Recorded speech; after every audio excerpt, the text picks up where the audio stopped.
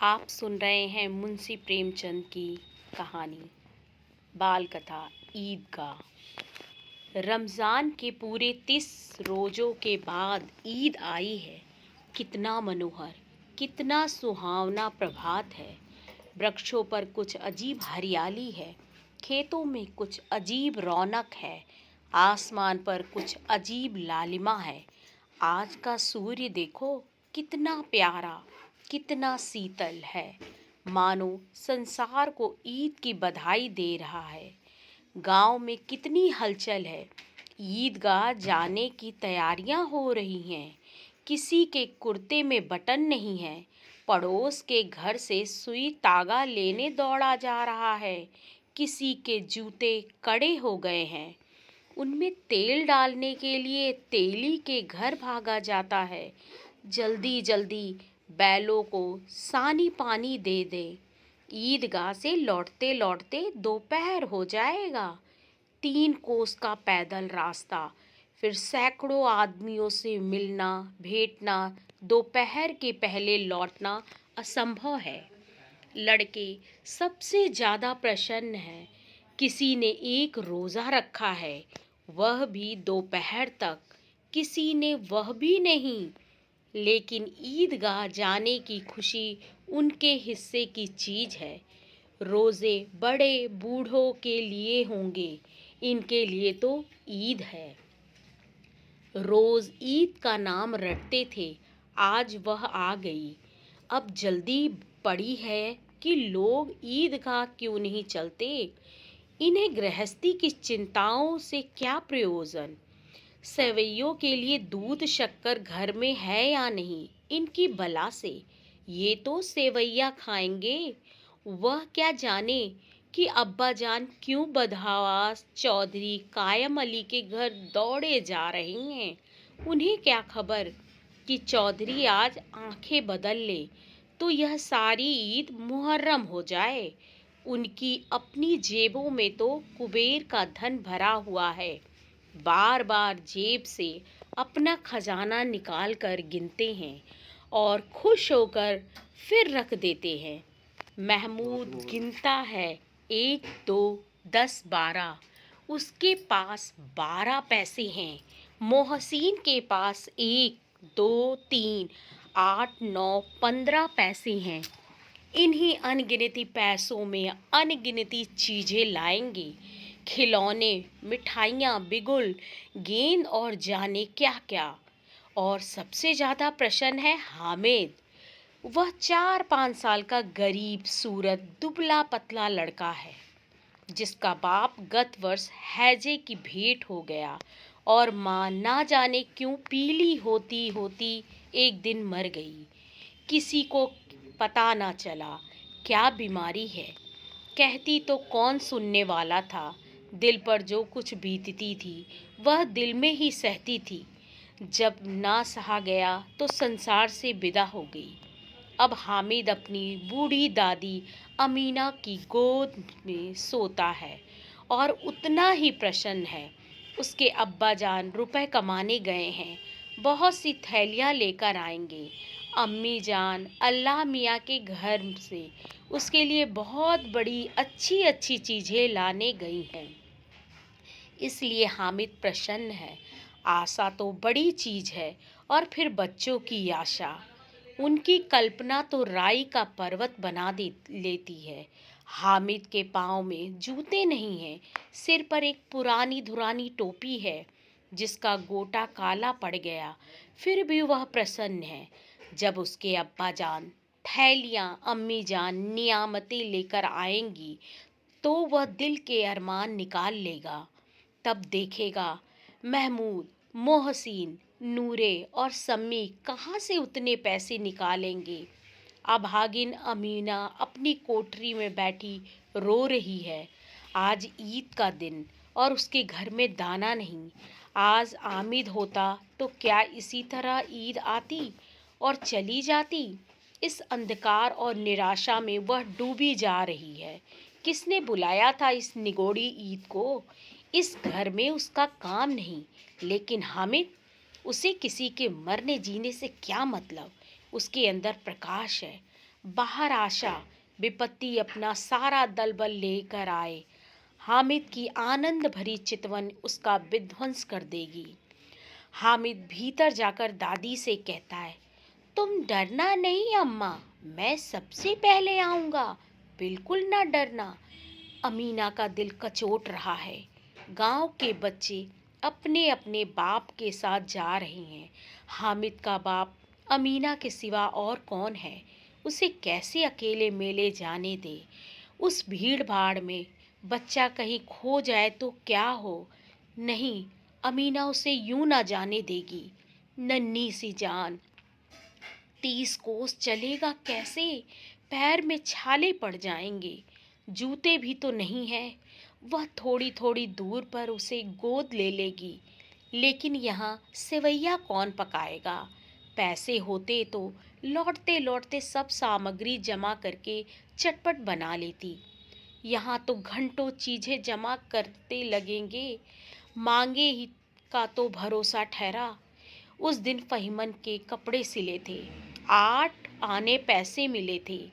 उस अठन्नी को ईमान की तरह बचाती चली आती थी इसी ईद के लिए।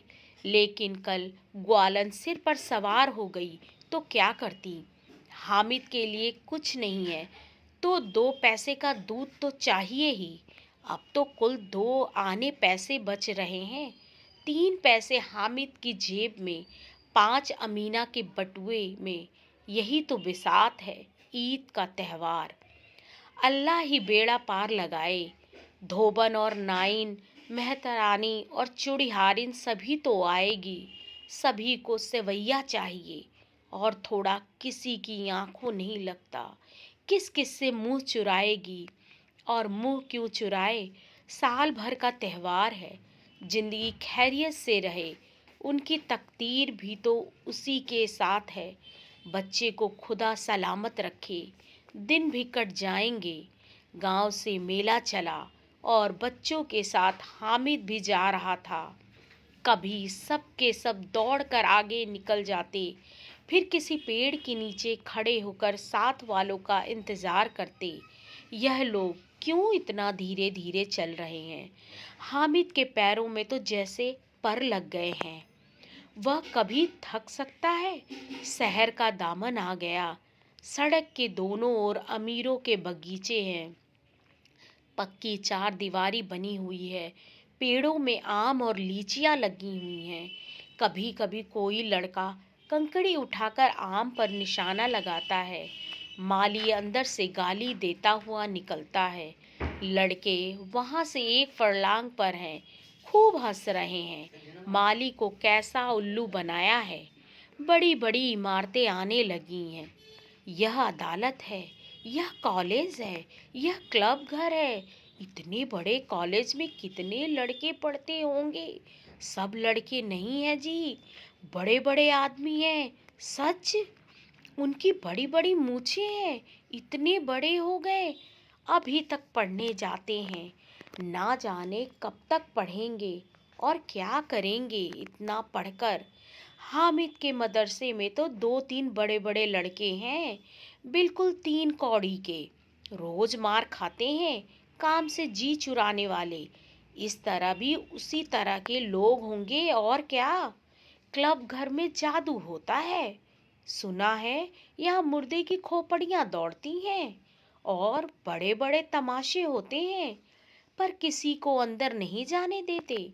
और यहाँ शाम को साहब लोग खेलते हैं। बड़े बड़े आदमी खेलते हैं, मूछो दाढ़ी वाले। और मेमे भी खेलती हैं। सच, हमारी अम्मा को वह दे दो। क्या नाम है? बैट। तो उसे पकड़ ही ना सके, घुमाते ही लुढ़क जाए। महमूद ने कहा, हमारी अम्मा जान का तो हाथ कांपने लगे, अल्लाह कसम। मोहसिन बोला, चलो मानो आटा पीस डालती हैं, जरा सा बैट पकड़ लेंगी तो हाथ कांपने लगेंगे। सैकड़ों घड़े पानी रोज निकालती हैं। 5 घड़े तो तेरी भैंस पी जाती है। किसी मेम को एक बड़ा घड़ा भरना पड़े तो आंखों तले अंधेरा आ जाए। महमूद, लेकिन दौड़ती तो नहीं, उछल कूद तो नहीं नहीं सकती। मोहसिन, हाँ उछल कूद नहीं सकती, लेकिन उस दिन तेरी गाय खुल गई थी और चौधरी के खेत में जा पड़ी थी, तो अम्मा इतना तेज दौड़ी कि मैं उन्हें ना पा सका। सच। आगे चले। हलवाइयों की दुकानें शुरू हुईं। आज खूब सजी हुई थी। इतनी मिठाइयाँ कौन खाता है? देखो ना, एक एक दुकान पर मानो होगी। सुना है रात को जिन्नात आकर खरीद ले जाते हैं। अब्बा कहते थे आधी रात को एक आदमी हर दुकान पर आ जाता है और जितना माल बचा होता है वह तुलवा लेता है और सचमुच के रुपए देता है। बिल्कुल ऐसे ही रुपए। हामिद को यकीन ना आया। ऐसे रुपए जिन्नात को कहाँ से मिल जाएंगे? मोहसिन ने कहा, जिन्नात को रुपए की क्या कमी? जिस खजाने में चाहे चले जाए, लोहे के दरवाजे तक उन्हें नहीं रोक सकते जनाब। आप हैं फिर फेर में हीरे जवाहरात तक उनके पास रहते हैं। जिससे खुश हो गए उसे टोकरो जवाहरात दे दिए। अभी यहीं बैठे हैं, 5 मिनट में कलकत्ता पहुंच जाएं। हामिद ने फिर पूछा, जिन्नात बहुत बड़े बड़े होते होंगे? मोहसिन, एक एक आसमान के बराबर होते हैं जी।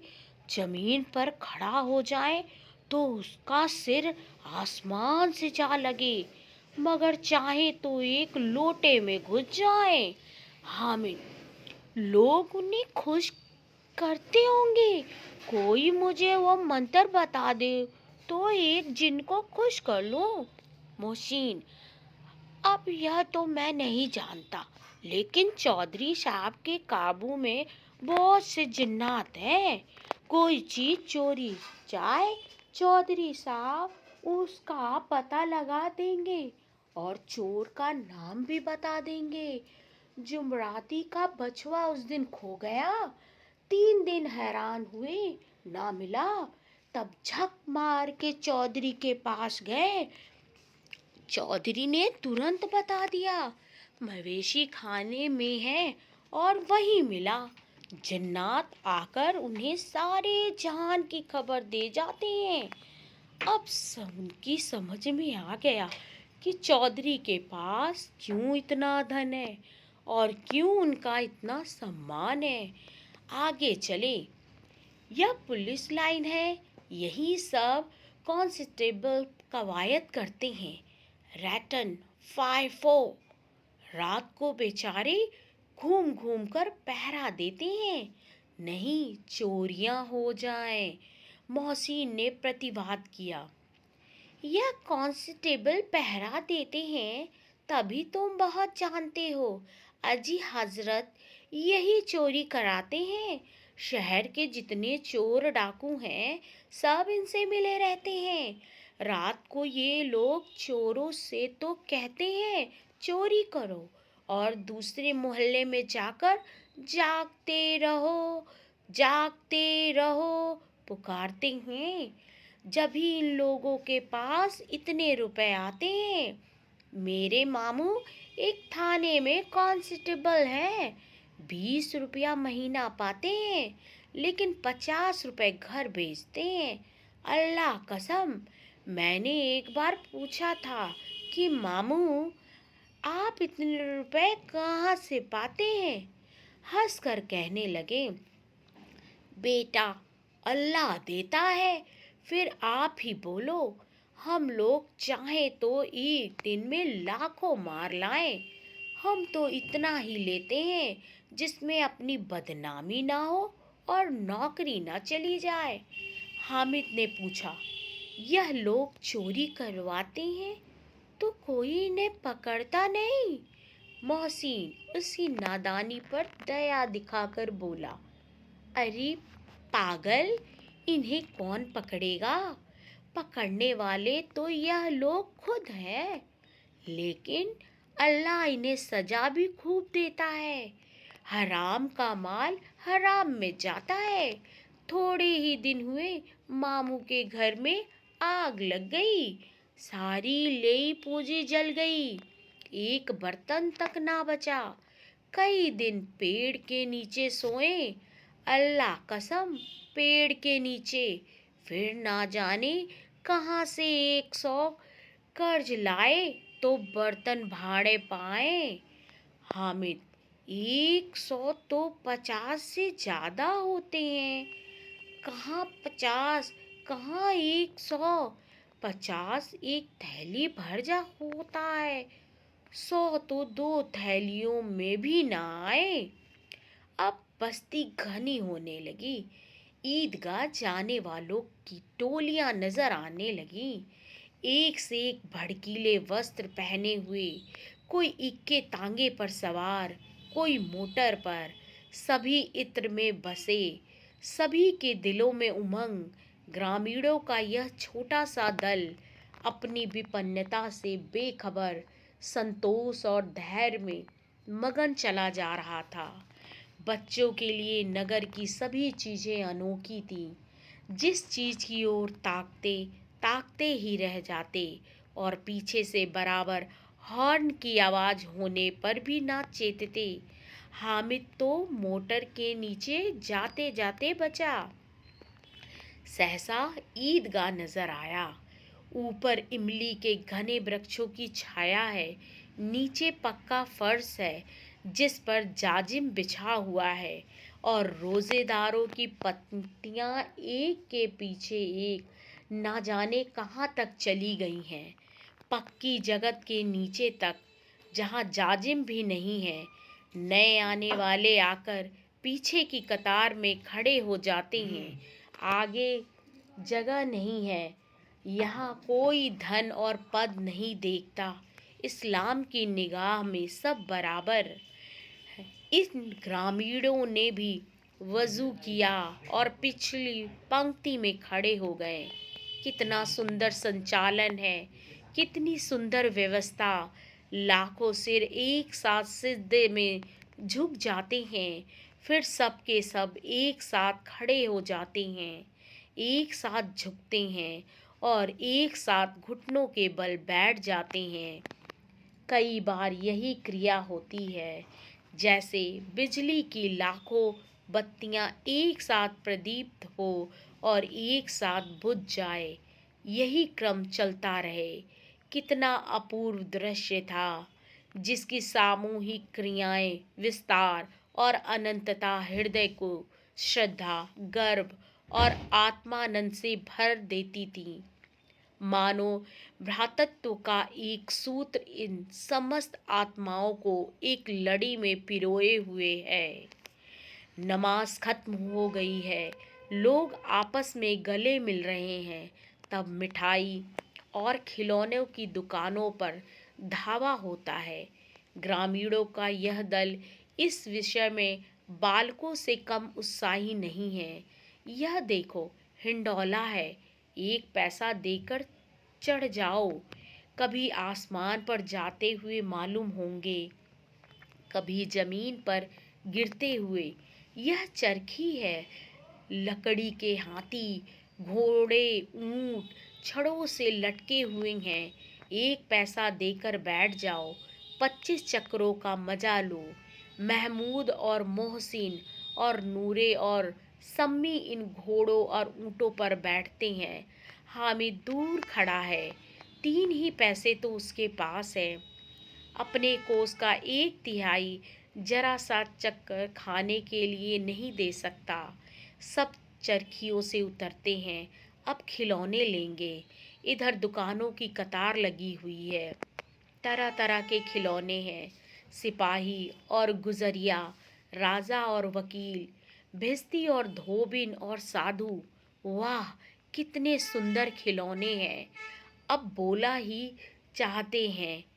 महमूद सिपाही लेता है, खाकी वर्दी और लाल पगड़ी वाला, कंधे पर बंदूक रखे हुए। मालूम होता है अभी कवायद किए चला आ रहा है। मोहसिन को भिस्ती पसंद आया, कमर झुकी हुई है, ऊपर मस्क रखे हुए हैं, मशक का मुंह एक हाथ से पकड़े हुए हैं। कितना प्रसन्न है, शायद कोई गीत गा रहा है।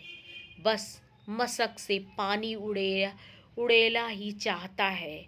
नूरे को वकील से प्रेम है, कैसी विद्वता है उसके मुख पर। काला चोंगा, नीचे सफ़ेद अचकन, अचकन के सामने की जेब में घड़ी, सुनहरी जंजीर, एक हाथ में कानून का पोथा लिए हुए। मालूम होता है अभी किसी अदालत से जिरह या बहस किए चले आ रहे हैं। यह सब दो दो पैसे के खिलौने हैं। हामिद के पास कुल 3 पैसे हैं। इतने महंगे खिलौने वह कैसे ले? खिलौना कहीं हाथ से छूट पड़े तो चूर चूर हो जाए, जरा पानी पड़े तो सारा रंग धुल जाए। ऐसे खिलौने लेकर वह क्या करेगा, किस काम के? मोहसिन कहता है, मेरा भिश्ती रोज पानी दे जाएगा साँझ सवेरे। महमूद, और मेरा सिपाही घर का पहरा देगा, कोई चोर आएगा तो फौरन बंदूक फेर कर देगा। नूरे, और मेरा वकील खूब मुकदमा लड़ेगा। सम्मी, और मेरी धोबिन रोज कपड़े धोएगी। हामिद खिलौनों की निंदा करता है, मिट्टी के ही तो हैं, गीले तो चकनाचूर हो जाएं। लेकिन ललचाई हुई आंखों से खिलौनों को देख रहा है और चाहता है कि जरा देर के लिए उन्हें हाथ में ले सकता है। उसके हाथ अनायास ही लपकते हैं, लेकिन लड़के इतने त्यागी नहीं होते हैं, विशेषकर जब अभी नया शौक हो। हामिद ललचाता रह जाता है। खिलौने के बाद मिठाइयाँ आती हैं। किसी ने रेवड़ियाँ ली हैं, किसी ने गुलाब जामुन, किसी ने सोहन हलवा। मज़े से खा रहे हैं। हामिद बिरादरी से पृथक है। अभागे के पास 3 पैसे हैं, क्यों नहीं कुछ लेकर खाता? ललचाई आंखों से सबकी ओर देखता है। मोहसिन कहता है, हामिद रेवड़ियाँ ले जा, कितनी खुशबूदार है। हामिद को संदेह हुआ, यह केवल क्रूर विनोद है। मोहसिन इतना उदार नहीं है, लेकिन यह जानकर भी वह उसके पास जाता है। मोहसिन दोने से एक रेवड़ी निकालकर हामिद की ओर बढ़ाता है। हामिद हाथ फैलाता है। मोहसिन रेवड़ी अपने मुंह में रख लेता है। महमूद, नूरे, सम्मी खूब तालियां बजा बजा कर हंसते हैं। हामिद खिसिया जाता है। मोहसिन, अच्छा, अब की जरूर देंगे हामिद, अल्लाह कसम, ले जा। हामिद, रखे रहो, क्या मेरे पास पैसे नहीं है? सम्मी, 3 ही पैसे तो हैं, 3 पैसे में क्या क्या लोगे? महमूद, हमसे गुलाब जामुन ले जाओ हामिद, मोहसिन बदमाश है। हामिद, मिठाई कौन बड़ी नेमत है, किताब में इतनी इसकी कितनी बुराइयां लिखी हैं। मोहसिन, लेकिन दिल में कह रहे होगे कि मिले तो खा ले, अपने पैसे क्यों नहीं निकालते? महमूद, हम समझते हैं इसकी चालाकी, जब हमारे सारे पैसे खर्च हो जाएंगे तो हमें ललचा ललचा कर खाएगा। मिठाइयों के बाद कुछ दुकानें लोहे की चीज़ों की, कुछ गिलट और कुछ नकली गहनों की। लड़कों के लिए यहाँ कोई आकर्षण ना था, वे सब आगे बढ़ जाते हैं। हामिद लोहे की दुकान पर रुक जाता है। कई चिमटे रखे हुए थे। उन्हें ख्याल आया, दादी के पास चिमटा नहीं है। तवे से रोटियां उतारती हैं तो हाथ जल जाता है। अगर वह चिमटा ले जाकर दादी को दे दे तो वह कितनी प्रसन्न होंगी, फिर उनकी उंगलियां कभी ना जलेंगी। घर में एक काम की चीज हो जाएगी। खिलौनों से क्या फायदा, व्यर्थ में पैसे खराब होते हैं। जरा देर ही तो खुशी होती है, फिर तो खिलौने को कोई आंख उठाकर नहीं देखता, या तो घर पहुंचते पहुंचते टूट फूट कर बराबर हो जाएंगे। चिमटा कितने काम की चीज है। रोटियां तवे से उतार लो, चूल्हे में सेक लो। कोई आग मांगने आए, चटपट चूल्हे से आग निकालकर उसे दे दो। अम्मा बेचारी को कहाँ फुर्सत है कि बाजार आए, और इतने पैसे ही कहाँ मिलते हैं, रोज हाथ जला लेती है। हामिद के साथी आगे बढ़ गए। सबील पर सब के सब शरबत पी रहे हैं। देखो, सब कितने लालची हैं। इतनी मिठाइयाँ ली, मुझे किसी ने एक भी ना दी। उस पर कहते हैं मेरे साथ खेलो, मेरा यह काम करो। अब अगर किसी ने कोई काम करने को कहा तो पूछूंगा, खाए मिठाइयाँ, आप मुंह सड़ेगा, फोड़े फुंसियाँ निकलेंगी, आप ही जबान चटोरी हो जाएगी। तब घर से पैसे चुराएंगे और मार खाएंगे। किताब में झूठी बातें थोड़े ही लिखी है, मेरी जबान क्यों खराब होगी। अम्मा चिमटा देखते ही दौड़कर मेरे हाथ से ले लेगी और कहेगी, मेरा बच्चा अम्मा के लिए चिमटा लाया है। हजारों दुआएं देगी, फिर पड़ोस की औरतों को दिखाएगी।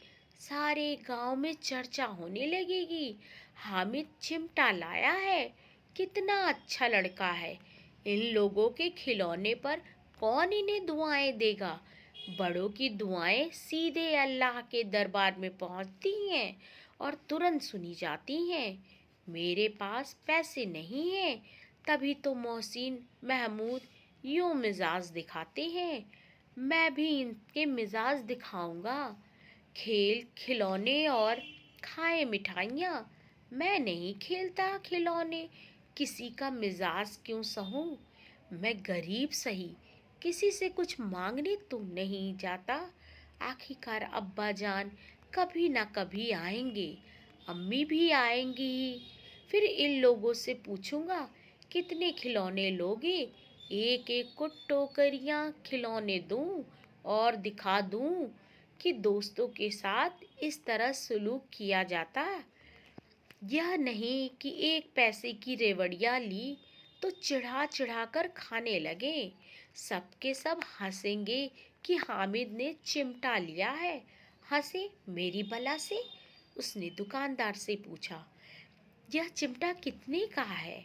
दुकानदार उसकी ओर देखा और कोई आदमी साथ ना देखकर कहा, तुम्हारे काम का नहीं है जी।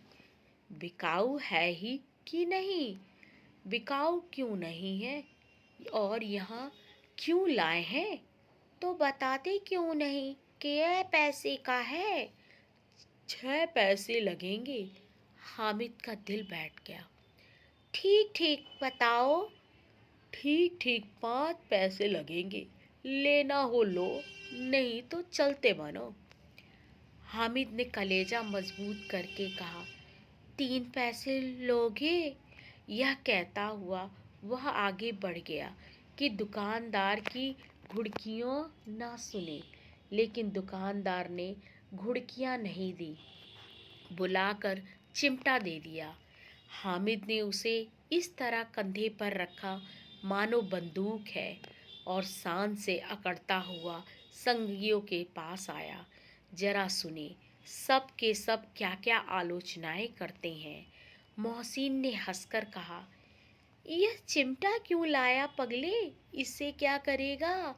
हामिद ने चिमटे को जमीन पर पटक कर कहा, जरा अपना भिश्ती जमीन पर गिरा दो, सारी पसलियां चूर चूर हो जाएं, बचा की।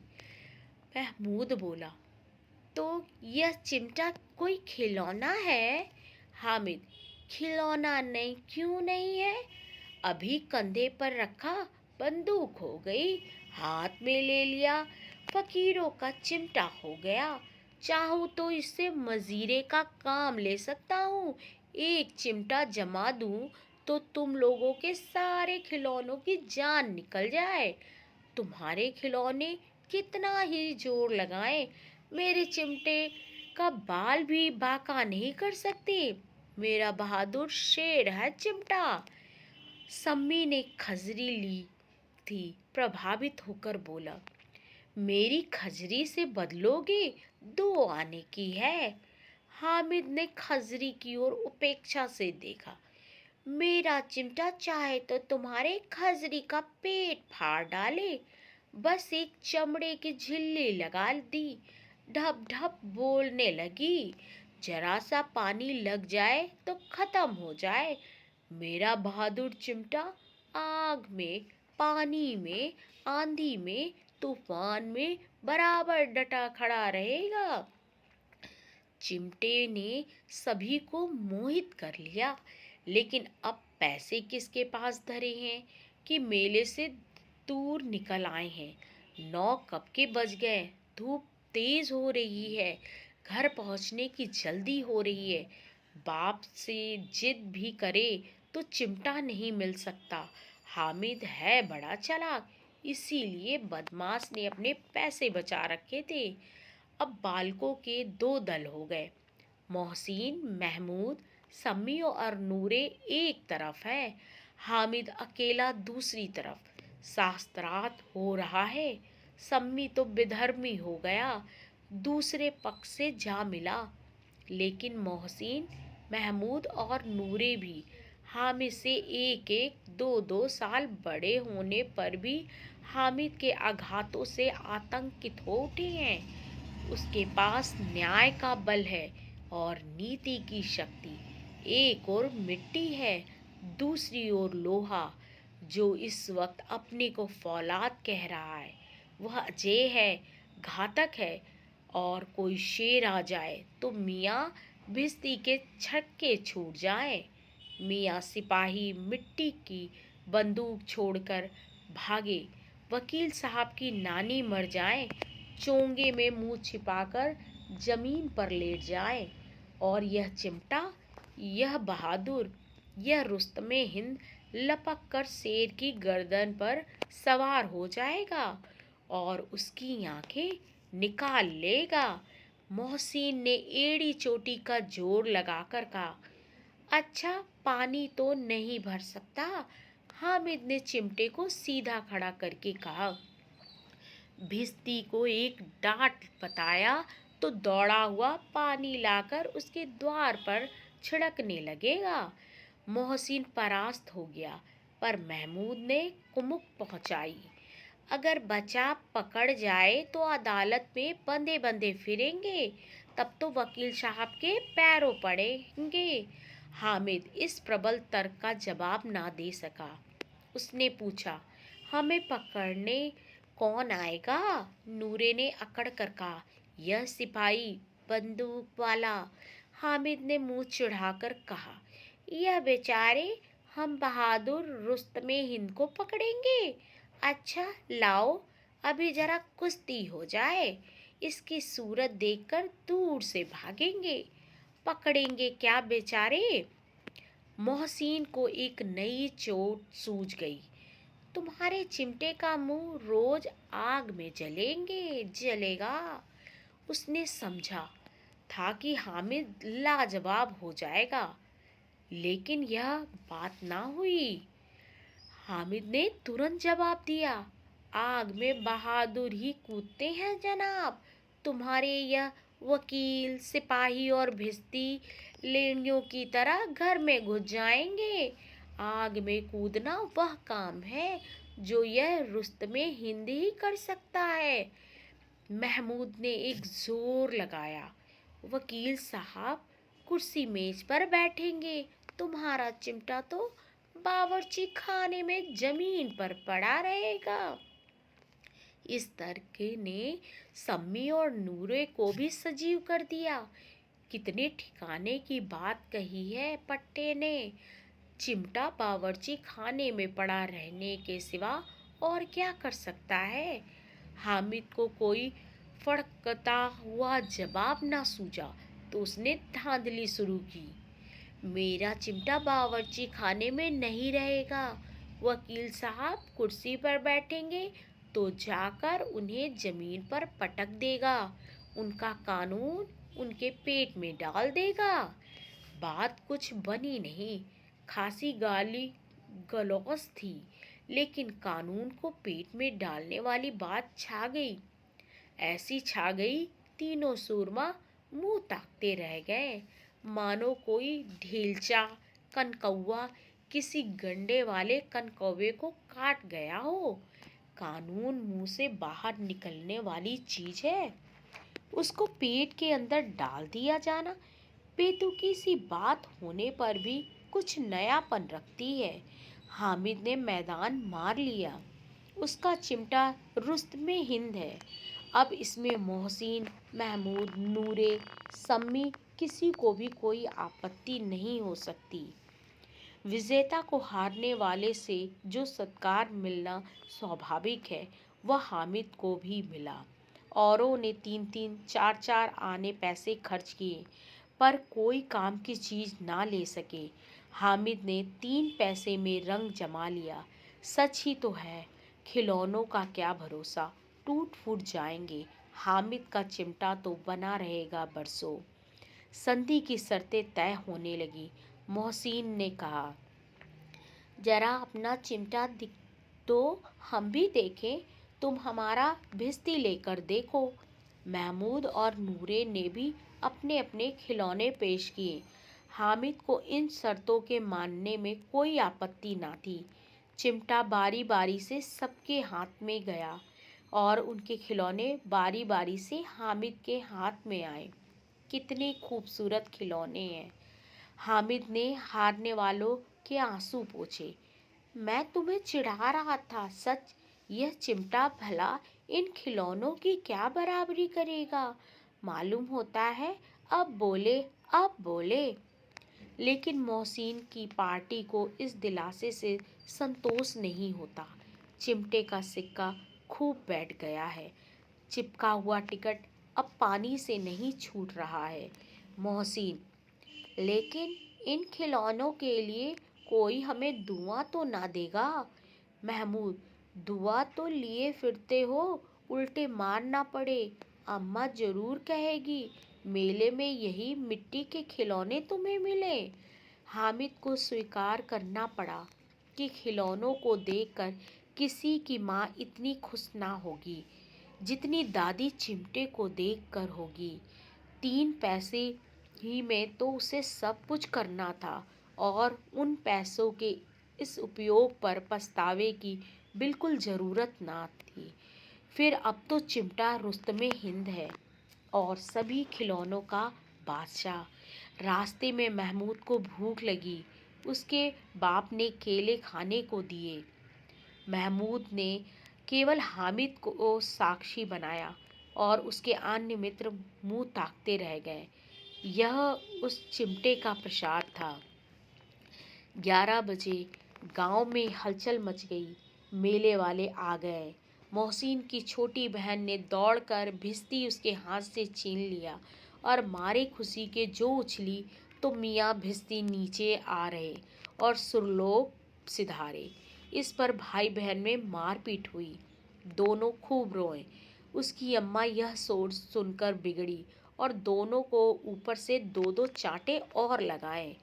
मियाँ नूरे के वकील का अंत उनके प्रतिष्ठानुकूल इससे ज़्यादा गौरवमय हुआ।